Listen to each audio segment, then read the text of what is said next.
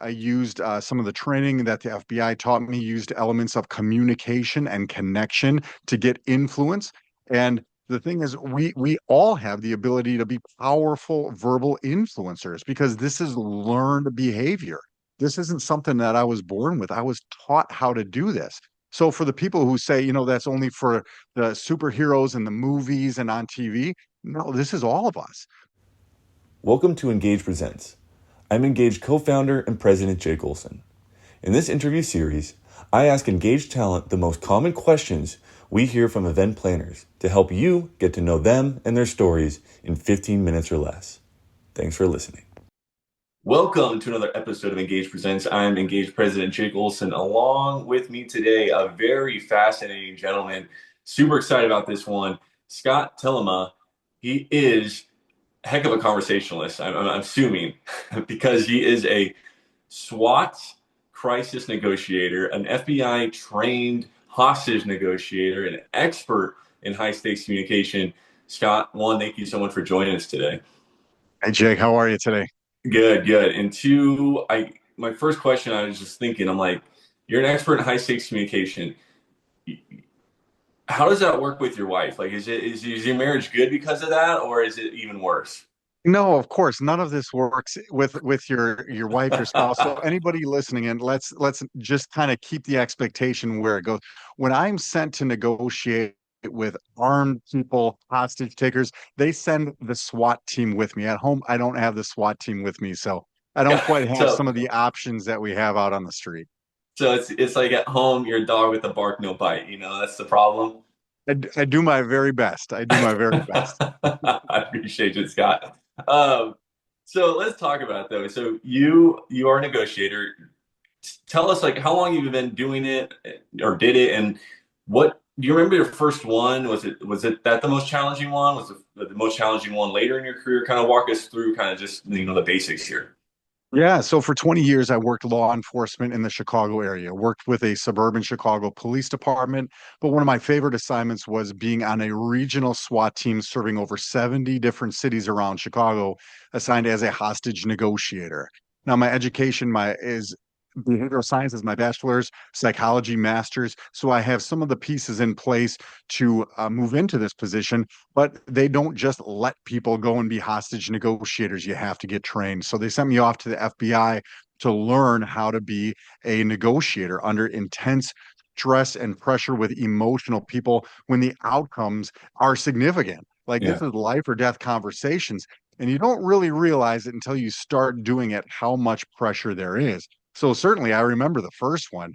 It was a call of a woman being held hostage in an apartment complex. The neighbors had called in for a domestic disturbance, and we were racing there. And it's Sunday morning at 5 a.m. So we've got like 8 negotiators on the team, but we were only hearing from like two or three. So the team lead kept calling me, checking in. Hey, you're coming, right? And I said, yeah. What about the rest of the team? She goes, well, we're not getting everybody there. So probably a little bit sooner in my career than I should have been. I was the lead negotiator on this one. I got there and said, what we know is when police got to the door, they knock on the door, and this woman is saying, help me, let me go. And they heard the sound of a bullet being racked into a gun, duct tape being unrolled. So we think Mhm. she's in trouble in there, and you got to get her out.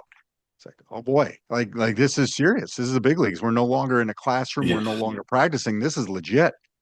So for sure, I remember that first one, and I'm happy to report it had a good ending. I used some of the training that the FBI taught me, used elements of communication and connection to get influence. And the thing is, we all have the ability to be powerful verbal influencers because this is learned behavior. This isn't something that I was born with. I was taught how to do this. So for the people who say, that's only for the superheroes in the movies and on TV, no, this is all of us because the reality is today in 2026, we're all dealing with emotional people who are stressed out, who are in crisis. And I think we all need to have these skills because that's what's going to make us successful, both in our professional role, but also at home. No, absolutely. You can tell how applicable it would be, but that's amazing. So many questions that I want to ask. We're only get to a few here, but you talk about it being high pressure, it being the big leagues. When you do kind of come into a situation like that, what guides your first few decisions? Yeah, your power in negotiation comes from information and options. So everybody thinks it's just tactics at the table, but before we get on the phone, we want to learn as much as we can about the person. And we have to have the mindset that this person's having a bad day. If we come in and we're judgmental to say, this is a criminal, they're a bad person, here's the crimes they're committing, it's tough to connect with somebody when we're in a place of judgment. So we really have to have this blank slate and come in, learn what we can, and try to connect with them. Find, is there some common ground? And everybody thinks it's just one negotiator, like you see in the movies. It's Denzel Washington strutting around on a cell phone. I mean, that's not the case at all. We're working as a team. And I've got teammates that are working to develop information, and maybe they're on social media learning something about the person. And hey, this person's a Chicago Cubs fan, or they have a cat named Sprinkles, or whatever it is. And we're trying to make that connection. So even before we get started, we're gathering information. And our goal is to really just be a person and be a good listener. Everyone thinks I'm going to come and just start talking and telling them what to do or ordering them around. And that's far from the truth. I just want to realize and recognize this person's having a bad day. They probably didn't choose to be in this crisis, whatever it is. And the more I can understand and have an appreciation for what they're going through, maybe I might be in a better position down the road to be a problem solver and coach with them to help them work through some pretty important decisions. What's the difference between influence and authority? I think influence, we we can be influential without authority. It doesn't really matter where you are on the organizational chart for you to be influential. And I think this is where work is changing over the last decade or two, that way back when the person in charge had the authority and everybody just kind of had no power and they had to follow whatever was told from the top down. But now everybody has a voice. Everybody has an Instagram account or Yeah. LinkedIn or some kind of social media. So now we all have a voice. So can you have influence without formal authority? For sure you can. And authority may come from your position in the organizational chart. That doesn't necessarily give you influence. I mean, people might do the things you tell them to do because they're just afraid they're going to lose their job and they're going to do it just good enough not to get fired. But I think that if we want influence, influence begins with connection. Yeah. And if we want connection, connection begins with a dialogue. Are we communicating and having a real conversation with somebody? Do we care enough about them to hear what they have to say? And through the dialogue, we can build connection. And through that connection, that's what gives us influence. And it's wild for me to see a new police officer when we're doing scenarios. I'm having a bad day and I'll be a role player. I'm holding a knife to my neck and they're negotiating with me. Drop the knife, drop the knife. I order you to drop the knife. And it's not working. Okay, you're trying your authority, but it's not working. I said, let's this time build connection with this person. And all of a sudden, it sounds 1,000 times different. Hi, my name is Scott. Looks like you're having a bad day. What's your name? And now we're having a real conversation. And as soon as we shift that mindset that we're not just trying to be influential right off the bat, if we want that influence, it starts with connection.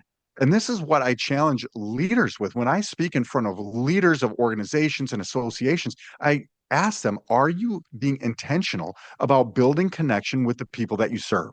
Mm. Because when it comes time for that tough conversation, it's going to be so much easier if they feel that you care about them just a little bit. And I'm not talking about let's spend an hour having a conversation, 2 or 3 minutes. We're just going to sit down and hear how are things going. And if we can regularly do that, wow, it's going to be a game changer.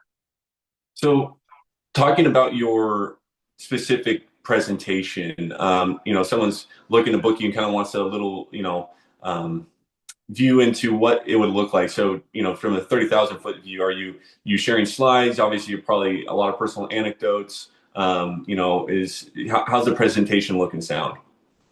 Yeah, and it depends who we want to do this for and how we're going to frame it. Sometimes with leaders, we talk about having tough conversations. And it's not just leaders, that's sales, that's HR. And I think it starts with the idea that it's going to take courage, that this is a decision I'm going to make to have this tough conversation. And then we can move into a mindset of respect that we're being focused on the goal and the outcome. We're not worried about ourselves and our ego getting in the way, but we're going to extend respect even with difficult people.